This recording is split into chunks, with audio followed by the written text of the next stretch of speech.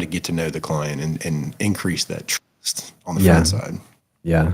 That's another one of those good examples of a good GC that can consult on something like an SBA loan. I mean, that doesn't seem like traditionally something a GC would consult a client on, but that's a good piece of information that could really make a big difference. Mm-hmm. If you're tuning in, go ahead and comment. Let us know what you think about this. We've gotten into the topic of lending, but generally we're talking about coordination, and lending does tie in directly to that because there's only so much money you've been able to get from the underwriting process.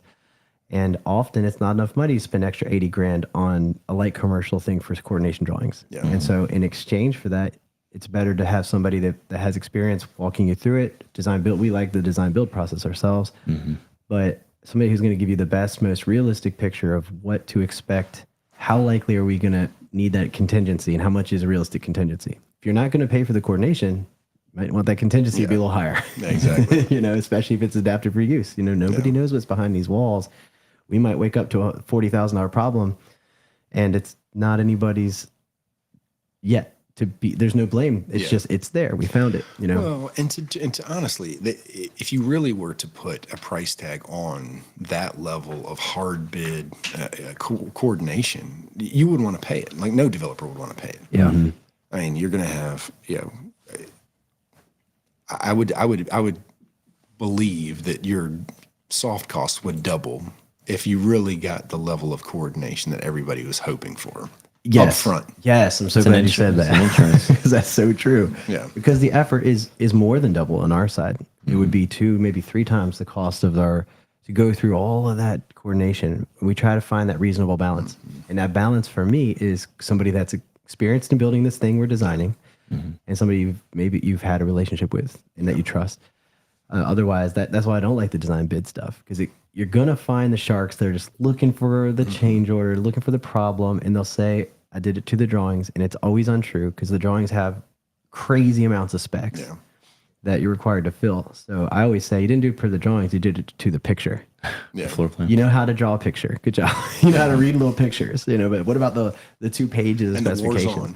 Yeah, right. And then it's like, so I try to start that when I'm at that meeting you described, right? I try to start by saying, listen, can we, off the record, before we get in front of the client, can you agree to not say I did it per the drawings, and I'll agree you didn't, to not say you failed to follow my spec, because that's what's always going to be is you'll say per the drawings, I'll say you failed the spec, and then now that's all we're pissing over instead of the real problem, the solving a real problem, being on the same page. Sorry if I said the P word again. I don't know the rules about bad words. You got one more time to say the P word on LinkedIn before you're out, buddy. You're gonna be banned.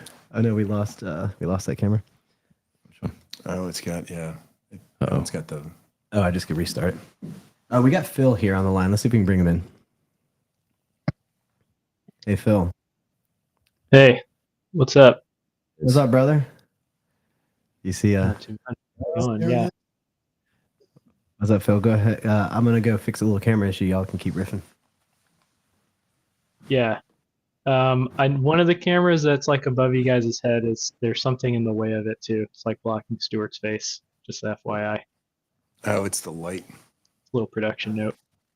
Yeah, thanks. Appreciate it, Phil. Good looking out. Yeah. Phil's holding the permanent fort down while we're out pretending to be podcasters. Yep. Got to do what you got to do, man. Yeah.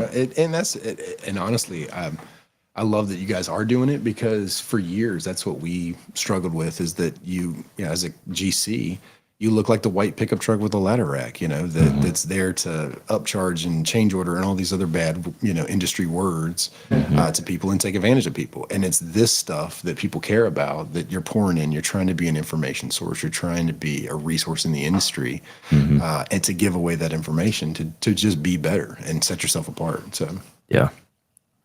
Try to encourage some of those open, honest conversations about the struggles that we all have with each other or externally with the clients, or the whole process in general, especially since this is such a niche kind of market that we're in, the small construction part of it, at least. A lot of the same problems across this different jobs. We back on? There we go. Phil, is that thing still in the way? Actually, let me get, Yeah, split screen is wonky. How about let me take you out, Phil? Oh yeah. Bring Phil back in. Welcome back. Yeah, we are Phil? on the skeleton crew production people. So if you're just tuning in, Phil is in here. You can call in just like he's called in. You see him on our screen. If you want to join in the conversation or ask questions to Stuart, he's a GC. We've worked with him for many years. He's got a lot of experience and great insight. Extremely gifted in the problem-solving territory and the communications territory, which is a must for a GC or an architect at that, like the PM, design bid. It's kind of like the architect and design build. You usually are driving it. And so if you're tuning in, leave comments, let us know. We're the engineers, and we're what we're saying is that we should get away with never coordinating anything ever. Just kidding. Yeah. Well, that's how it seems. That's a lot of people feel like, and they're not wrong, but what's not known in these conversations is how little we're paid to be doing that. And I think a lot of people think the ductwork, people don't understand for the HVAC design, ductwork layout is like maybe 5% of the whole effort. We're talking the code studies, energy code, the equipment selections, what's going to be right. Can it work with gas? Oh, no, we don't have gas. Can we do electrical? Oh, suddenly the strip heat's not going to work. No, we need a service upgrade. Hey, Stuart, do we have 3-phase anywhere nearby? That kind of stuff. And then the ductwork gets laid out. But the builder, like that's pretty much most of the install, I would guess, is installing that ductwork. And so they say, well, I'll do the design for you. I've heard that before. It's like, okay, ductwork design is basically the first thing you teach a junior engineer, not to discredit what it is, but it's pretty easy to lay out ductwork. Yeah. And engineers often are pretty bad at it because we're not building it. So we are lacking that perspective from how hard will it actually be to do this? Yeah. Well, and that's like in the past, we've done that where it's been sort of a collaboration, especially on some old churches where it's our restoration or something. And I'll have the luxury of having some of these old salty dog subs that are on the job. Yeah. And I'm like, hey, look, just put it on the back of a napkin. I'll send it to the engineer guys. If that's how you want to build it, Yes. that's going to end up being a better product for us in the long run, then let me do it. And then I send it to you and you're like, oh man, this totally looks like a guy that's been in the industry for 30 years. Let's just do that. And then they get the drawings back. And it's so funny because they're almost chapped at that point. They're like, I knew he was going to, all he did was copy my drawing. And I'm like, that's what we asked him to do. Like that's your experience coming out on the page. Like you should be proud of that. Like and for some reason they're always chapped. They're like, oh man, I can't believe he did that. Like he didn't even add anything different. I'm like, He stole my design. I should have copywritten that. basically, yeah. And I'm like, just stop. Well, Please stop. that's why even a design build, I've been encouraging people to pay the GC and the trade contractors consulting fees to be at the table, because they can just visualize it better than any engineer. I mean, we spend our entire career reading nerdy codes. Like, that's just what we do. And then, the trade contractor spends their literal entire life mastering the art of fabricating and installing ductwork. So who better to be there at the table to just talk about the best point A to point B approach? And then we say, great, that works for us. Now we'll go bare face into the energy code and figure out, do you need an energy recovery ventilator or add a window to do natural ventilation, all the tricks that we can play. But yeah, I know that's the perspective. We've had that happen with y'all before, where electrical single line, I think, came from your electrician, and we loved it, and we basically used it straight up. Yeah. Lead times, they know more about that than we do too. yeah. So a lot of the jobs recently have been changing our single lines because of lead times. Once it was 600 amp panels you couldn't get a hold of. Now it's 4. I always joke that soon enough every building's going to have like 10 60 amp panels across the wall. Just duct tape together. Yep. That's all we can get. You're just gonna take some Cat 6 cables and just strip them and just make new conductors out of them. 100 of them. Yeah, it's been a while. It's a good industry. I really love this industry, as stressful as it is, because of the relationships, but also how people can make a good living from it without even an education or even a high school degree, really, the skill itself. So that's fine. Oh yeah. I mean, I don't know whether it was a Harvard Business Review or something the other day. It was a well-renowned publication, and it was talking about post-pandemic how much the trades have increased in their yearly salaries based off of experience, and it charted a carded electrician versus a cardiothoracic surgeon, and you'd think like these two are on opposite ends of the spectrum. Yeah. But what they factored in was malpractice insurance, cost of schooling, when you enter Time to study. Yeah, when you entered the workforce, a lot of times too. And the electrician beat the cardiologist until he turned 52. Wow. I believe Yeah, it. and you got to think too, like, and that Strikes, was just sort of stress. straight line, against their general expenditures and cost of doing business as it related inside of a vacuum. Yeah. That electrician had bought single family homes and started renting them and flipping them or something like that as a side hustle. I don't know that the cardiologist would have ever beat him. Yeah. Because you get so much experience in the real estate world from that, Oh, and you yeah. might I end mean, up you can with fix it 15 rental yourself. Yeah, properties. exactly. Yeah. Yeah. Mhm. You know, all these trade contractors now and the GCs and Yep. guys with bulldozers and all this stuff that just Yeah. comes with that life, like it's a, That life. yeah, that Street life. life. If you're here listening Yeah. in, feel free, Phil. I'll let you. You got a thought here, but feel free to comment. Let us know what you think about who to yell at more when it comes to coordination failures: the GC or the engineer. I'm just kidding.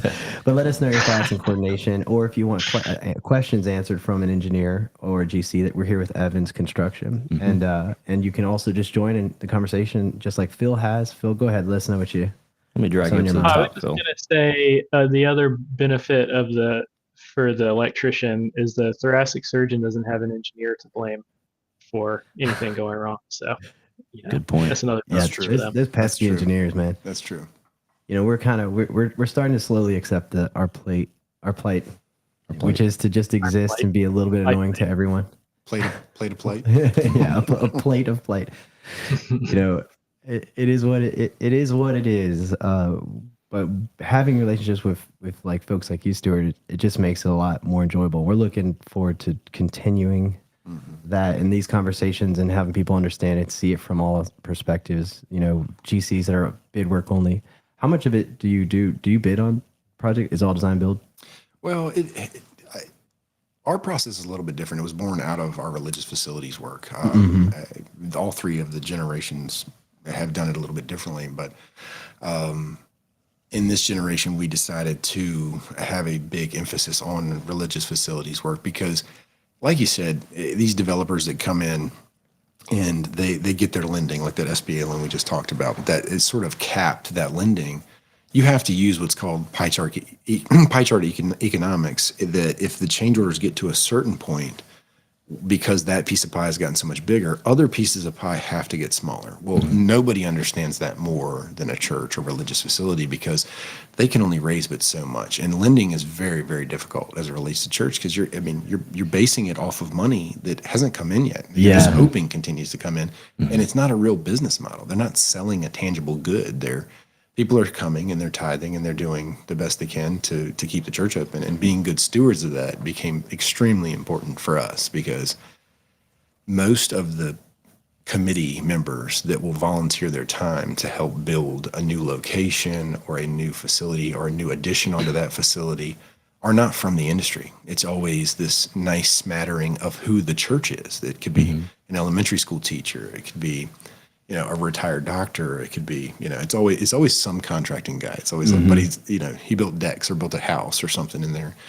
And it's this mix of people, and you have to get that process in place to where they understand what it's like to build a multi-million-dollar facility. Yeah. When the biggest investment they ever made in their lives usually is the purchase of their home. And about half of that committee has only ever gone through the process to build their own home. So they're going from 0 to 1,000 really fast. And that's where we decided to be experts at teaching that process so that they can make educated decisions based off of our experience. Yeah. Yeah. That's I always thought about this is a different industry, but like catering or being a photographer for weddings is probably the most frustrating job because it's like this one-time experience for somebody. And same thing with single family dwelling kind of design and construction. It's like very big. They're not as experienced. It's this one very important thing, and every single tiny decision is like scrutinized, and it makes it difficult as a professional. Be like, trust me, I've done this. Yeah. I don't know. Is it similar with churches? You find that like you have a lot more of like walking through every detail with them through the decision making process. Yeah. And it's to be expected. We don't expect them to know. I mean, and what's been so fortunate for us is we birthed this process out of doing it in religious facilities because we would break it down and we would slow the process down and we would help them to understand what they were about to invest in. And then they would get options out on the table based off our experience of a good, better, best. And then they feel empowered to grab a hold of whatever they feel like is what's their DNA at the church, or Yeah. that they can make their own, there's comfort in that. Well, what we didn't expect was we started doing that process with our developers too, and they love it just as much. I mean, the guys that have been doing it for 25, 30 years, Yeah. they're doing it usually at the higher level. They're doing it on so many different projects where it may have been a hard bid scenario where it's this constant fighting and bickering and back and forth that they're now being drawn into the middle of. When they have that sort of solace that exists outside of that in our process, they go, "Oh, you just want to know whether it needs to be blue or green? Yeah. Oh, Yeah. I love blue. Okay. Yeah. Blue works for me. Off they go." You know? Yep. Yeah, that is the art of communication on ultimately in any industry. Yeah. You know, the managing expectations, communicating, and back to the design build thing and trust and the research that you were talking about. What Carter was talking about earlier was we read a paper. They took 40 projects in China and studied them and used AI to predict the delay cost, like the actual time delay, and the overage cost risk that broke the risk into delay and project price overage. And so they studied it. They had all these factors, 5 major categories and 15 minor or 20 minor, something like that categories. Somehow got a way to get the industry experts to sort this out through their statistics and analytics. And at the end of that research, they ran it through a neural network to make predictive guesses on the risk. So they trained the model, the network, with 30 of the projects with real data about what actually happened using these factors. And then they used the neural network to predict the next 10 that they had data for, and it predict with crazy accuracy what the actual amount of dollars overran and the time delay for each of these 10 predicted projects. And what they found was the most sensitive risk factor was experience. Actually, second most. The other one was like political. Like if the government says you can't build this anymore, you know, Which it's a big that's its risk. own animal. Yeah, right. It's like the sun, the prism shining through the building. It's like you can't really control that. Yeah, that one's obviously a huge sensitivity, but the other sensitivity was the relationship between folks and then also just the general experience. So I've been trying to address this coordination thing instead of trying to enforce 1,000 coordination drawings, which are like on the drawings as a spec. Say, well, let's try to enforce who it is that'll be building these things better. You know, the trade contractor that's built restaurants, not the one that's done multifamily only for 20 years and now is doing his first restaurant. Because he's going to be the he or she or the they're going to be the first one that's going to straight up be like, I did it per the drawings, and it's going to become an SHI. Yeah.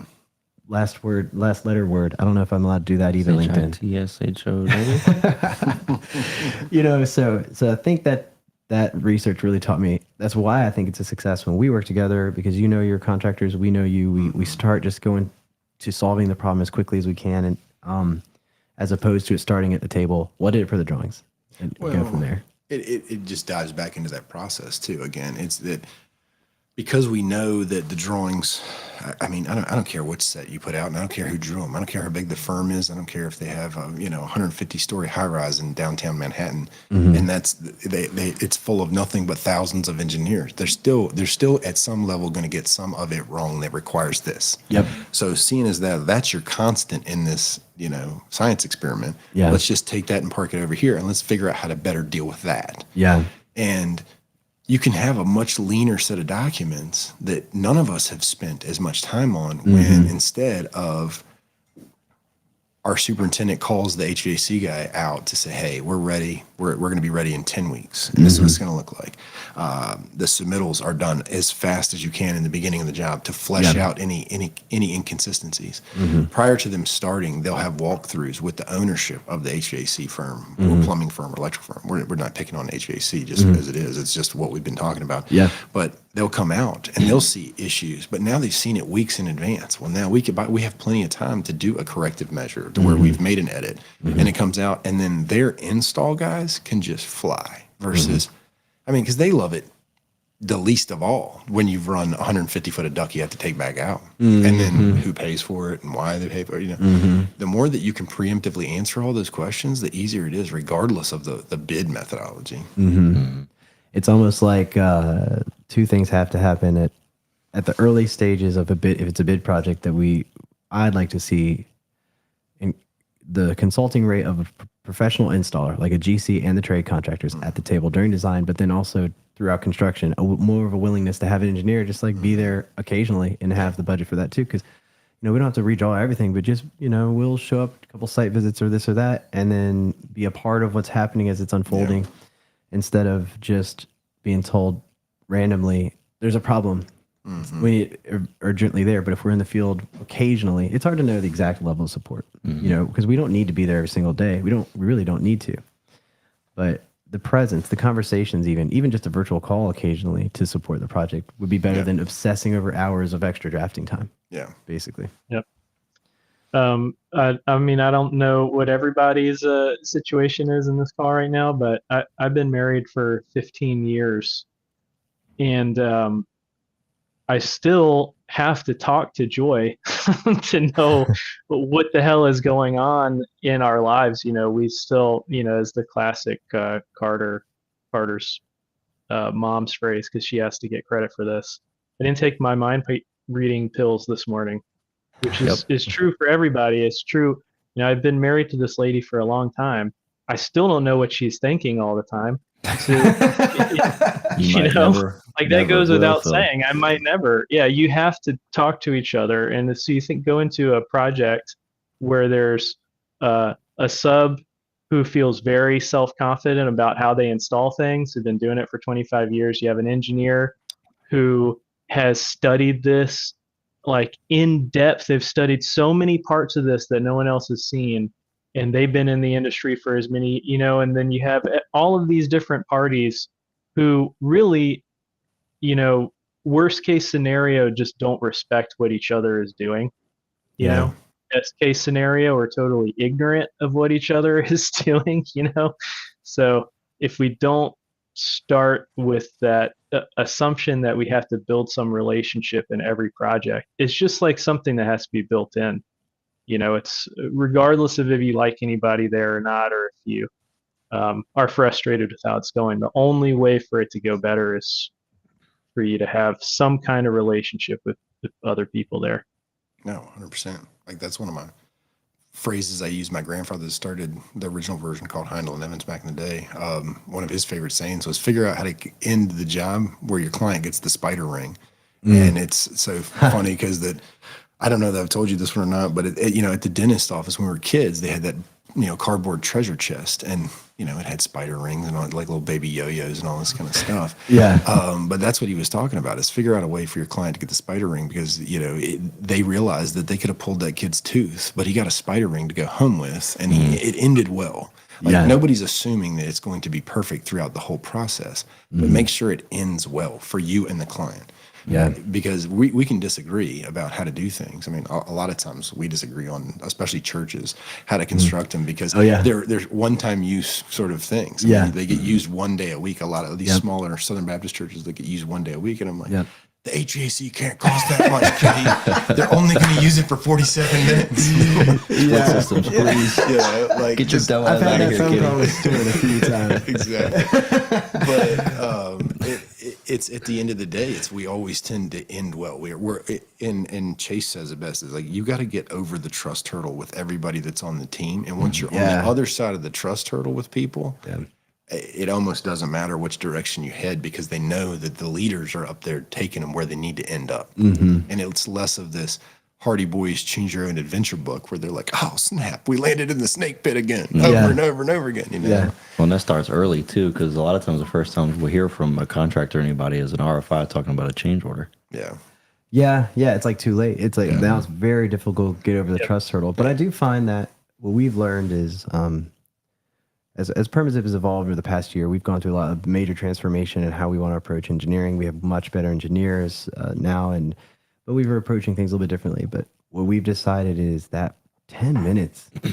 Don't obsess over whether this or this isn't in the scope when it comes to just making a 10-minute phone call, because that's just so disarming. That's the most practical, disarming thing to build that trust. It's just like, hey man, I'm the engineer. I'm the one that's probably, the bane of your existence, whatever. Try to like build a bit of trust and be like, I heard there's an issue. Can you tell me what's going on? And then now that's not like RFI documentation. Every email gets misinterpreted. Well, And y'all are so good at that too, because at the end of the day, you're very approachable to other solutions. Like there's a lot of engineers and architects in the industry that would just assume die on the vine than to change the methodology, regardless of whether it's feasible, which is really tough when you've been in the industry like we have. My brother and I have been since we were 11 years old. I mean, we had hard hats on every summer, all summer long. Yeah. So we've got a working age of like a 65-year-old, even though we're in our 40s. Yeah. And to sometimes talk about it, because we remember what those buildings were built like. Like we've seen the methodologies change throughout the years. So to have those conversations with people where, like you guys, that are open to saying, hey, it's not a good, better, best. It's a, hey, this may not have been possible, but we can do this instead, or we can do this. And that's all offline stuff. That's us as professionals pouring into each other going, hey, how do we get better? How do we sharpen each other's to the point where we're in that vein where the owner believes we are. And then at that point, there is no RFI to write or checks and balances that need to happen, because the team of leaders that has been hired has decided where we're headed. Yeah, that's good. That's good stuff, man. This is the thing this is the stuff of coordination.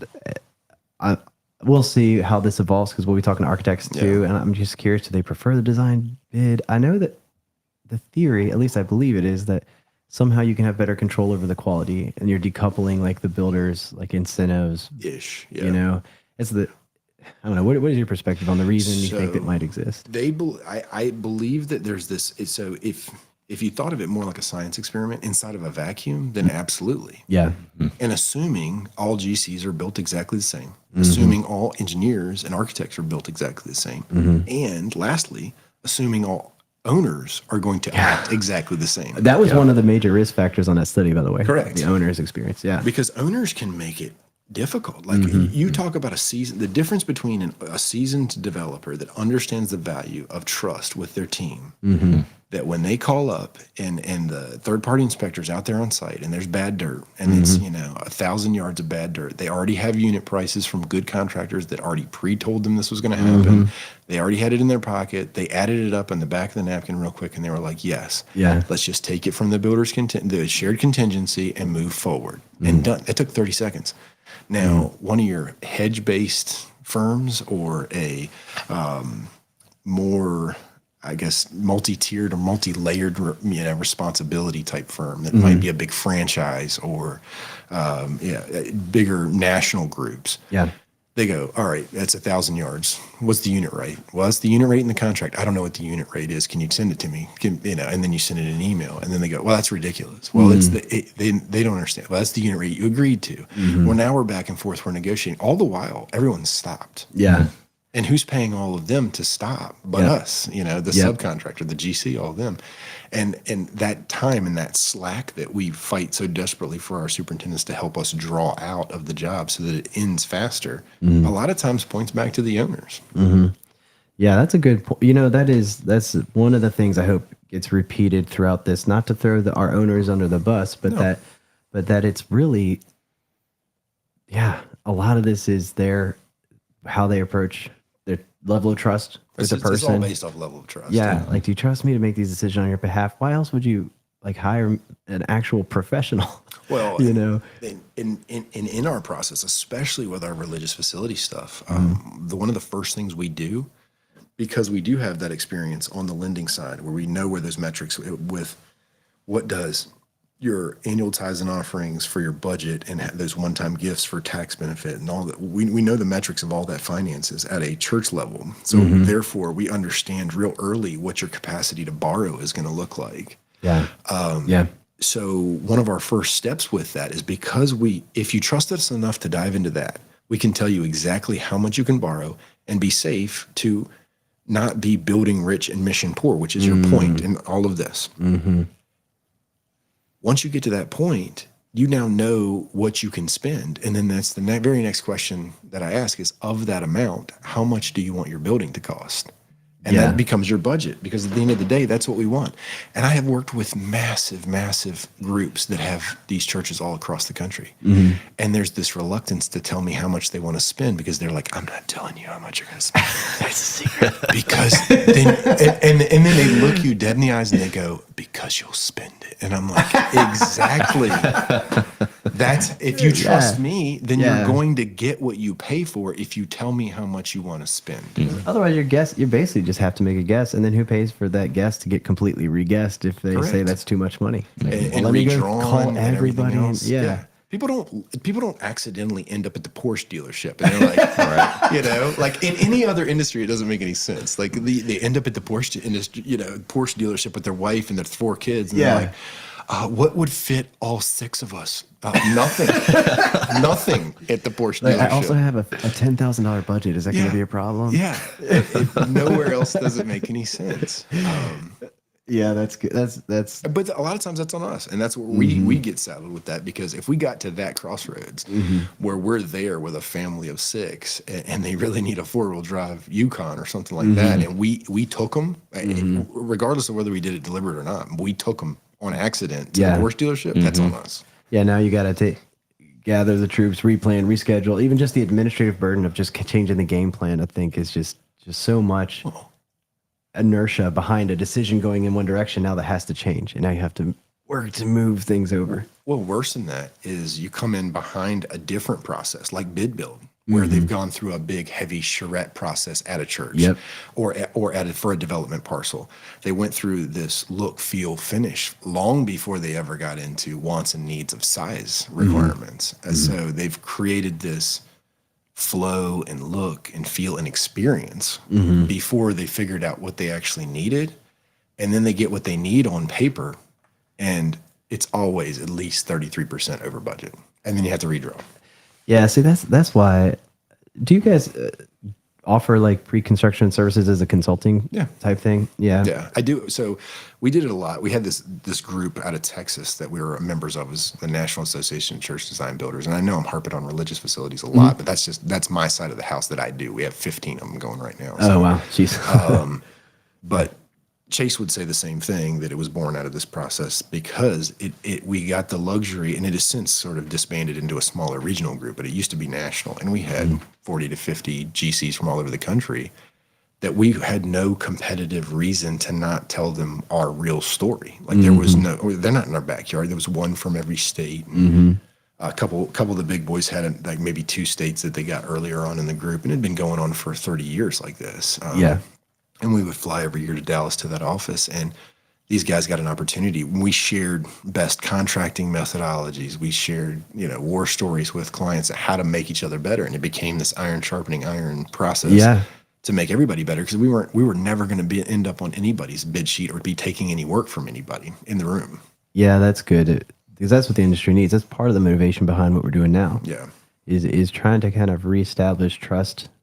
And we're hoping to get a few of our clients that we've maybe lost a little bit of trust with over the years too, and just get in and have this conversation, just to encourage that, because it's a litigious kind of industry, or finger pointing if it's not that much, and it's just like it's so easy to get on the other side of that.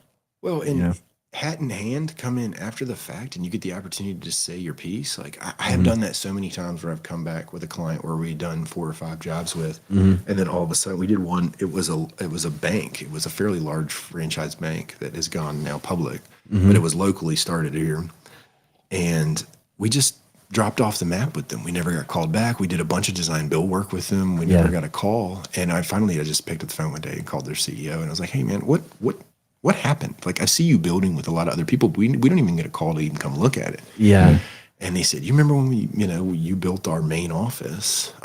You kind of left us hanging." I was like, "How?" And then come to find out, it was a miscommunication between we finally got back to the email of where we were delivering as-builts, and the final documentation handoff had been per a contract that we had with the architect. But the architect's contract with the owner was different. So we sent it all to the architect, and the architect thought he was getting his copy, when in all actuality, he was getting the copy for him and the owner. And we fleshed that back out through email and found, we called the architect. He was like, "Yeah, I actually still have both of those sets." Wow. And I got to take it that day and be like, "Hey, dude, this is why." Wow. But it could be something as simple as that. Wow. That it just a difference of opinion, or a difference of how it should have wrapped up, and the whole thing was fine up until then. Yeah. That's amazing, because you'll never know if you don't ask that question either. Like how could you possibly know that happened? Yeah, because I didn't hire the architects. I didn't know what his document said. And that the nature of the way contracts are built in this industry is just leads to that. We talk about the owner contributing to a lot of this, and it's not even their fault in many ways. It's just they're not the professional, and they don't know the contract relationships or how it might be structured, and then that's nuanced, and then they'll be like, oh, they screwed me over, and you're like, wait, what? Oh, here it is. Yeah. A year later, 2 years later, sorry, I didn't even know you wanted this. Don't assume malice, and know that sometimes people are assuming malice about you, even if it wasn't there.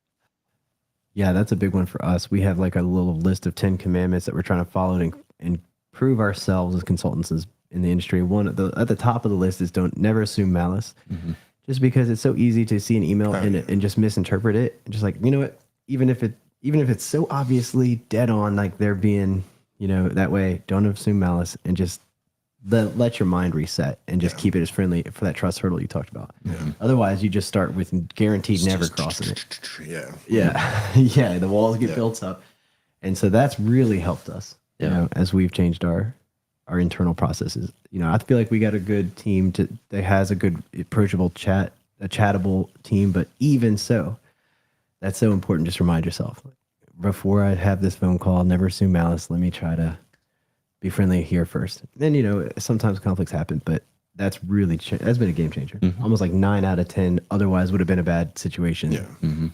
Changed it. Everyone's always a little bit on edge anyway, So if you go into it assuming malice, it's easy just to push it over the edge, and then you got something that's blown way out of proportion. Well, in that one project that we're talking about, that we have the HAC with the coordination in this couple offices, they started the process through this franchise kind of church-based process group. I'm not saying any names here, but at the end of the day, they're out of state and they don't really understand the nuances of tying into this building that they didn't construct. And if it's a standalone church and you're going with this bigger franchise group, I mean, they come with their own issues being out of state, but it's a little easier to act like you're in a vacuum when it's a completely brand new thing. So it became this, they had to pivot from this guy to go to a different guy. And then that ball started rolling is when I finally came into the process. And the pastor is now talking about doing another location. Because even when we finish the one we're on now, they will almost be at capacity to where, I mean, God's in what they're doing right now to the point where it's growing so fast that when we get finished, it'll be full. So we did this chat. No, never mind. That project. He called me and he's like, Stuart, this has been painful to get the plane off the ground to this level where we're starting to get to cruising altitude. What would you do different? And I kind of spent that afternoon diving into our normal process, like we would have went through to get to this point. And he goes, man, that's how this is supposed to go? And it's funny because Chase always says that our favorite client is the one that's already been through the process and sort of been punched in the gut by the bad of the industry. Not that we wish anybody to be taken advantage of, but you understand the difference between the two folks that drive the same color white pickup truck with a ladder rack and how different they can be. The imagery. Because that process is supposed to be fun. You're spending millions of dollars on the growth of your community for your community. You're being, stewards of this kingdom-minded dollars that is a lot of responsibility in that. And it should be fun. It shouldn't be this painful event. That's the HVAC. We go back to that just because that's my world. But the money, I always say the same thing about the team. Just remember how much money this represents. Every decision here, it's real money that somebody's buying, and we have to try to do our best to explain to them the good, the bad, the ugly of their budget constraints. Because at the end of the day, if they're spending 40 grand to install this thing, it's still 40 grand, and it's like the Geo Metro version of it. So like, let them know. And I just had a consulting meeting with a restaurant. The same thing happened. Like, all right, we'll take the DOAS out, but you got to make your hood smaller. We kind of value engineered or feature reduced, I like to call it. Feature shrinking. Yeah, feature shrinking. And so I said, you're going to have to reduce your hood size. And we finally got there. And then they went for standard rooftop package units because they're cheaper, easier to get. I was like, just at least give me reheat, dehumidification on these things. Like otherwise, if you don't put that one feature, which is not a DOAS, but it's basically DOAS's funky, weird cousin. That's what like the pitch, try to get somebody a little laugh, when I'm making this pitch, to spend a little bit more money and they're already peak a budget. I was like, otherwise, if you don't just spend this extra 5-10 grand for this feature, you really might as well just take your 40 grand or however much this is, 80, and just burn it. because you're going to turn these things on. Buyer's remorse. It's going to be a pain, and you're going to think that I messed up the engineering. Yeah. But it's not illegal to be uncomfortable. But that communication and that conversation throughout all that, and understanding how much it still is to that person. That money is still a lot of money, even when they have to buy something that sucks.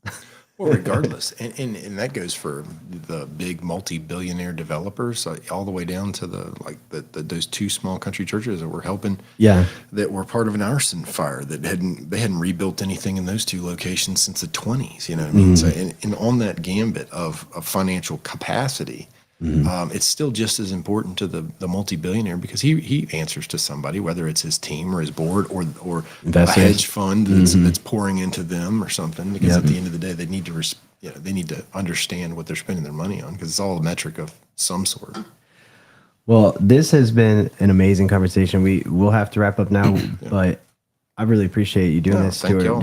I mean, we could talk another 2 hours on this nerdy stuff, but luckily, no one would listen to it. Yeah, I'm hoping we get a couple of really good clips, because and I'll send them to you before. But yeah, this has been great. Phil, thanks for tuning in. This has been can I do a very important closing question to finish everything out? Are you guys open to that? Yeah, yeah, absolutely. Okay, we're talking about the dentist office treasure chest. You're a little kid. You just got your teeth cleaned. What are you picking out of that bad boy? Man, I got to go spider ring, because that's what Papa said to do.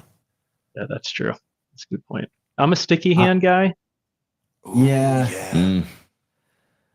Sticky hands, or those little goblins that are like a ring, but they're squishy and they have like weird arms and have like a light inside of them. But it's like I know what you mean. You know what I'm talking about? Yeah, I know what you mean. So yeah. I think it goes on this like a finger puppet. Is that what you're talking about? Oh, those those there too. Yeah, finger puppet goblins. Oh, they go on the tip of your finger. Yeah. And they have like wobbly hands. Yeah. I think if it wasn't for my grandfather having that saying, I'm a little bit older than y'all, but I think they got rid of them because they just trashed everybody's walls. It was like the sticky hand, but it was a person like Stretch Armstrong or something, and you would huck it against the wall, and it would like fold itself down the wall, and it would leave this trail of like red or green or whatever it was down the drywall. So I probably would have picked that. What about you, Carter? Spider ring's a good one. Did they used to have those? What are those Chinese finger traps? Yeah. Yeah, those are a classic too. Maybe more like a Swaders, like an arcade type of deal. I don't know if those were at the dentist, but there's always dum-dums and suckers in there, but that's never, the parachute guy. That's you a don't risk classic. getting seen at the dentist going there. Getting candy, yeah. They're putting you on the naughty list right there. That's the play barbershop, that not the dentist. Yeah. Oh man, good question to wrap it up, Phil. I really like that. Again, Kenny and Carter here. Phil, we're all from Permit Zip. We're talking to Stuart Evans from Evans Construction. He and his brother run an amazing firm. We've done a lot of business with them, and appreciate your time. And I'll go give us the formal. Oh no, it's not working. Turn it up. Do it. Oh, there we go. We have to now give us the roll out music. That's right. Appreciate it. We look forward to talking to you again sometime soon on a tour when we maybe make some pizza together. Yeah, absolutely. A little bit more fun next time.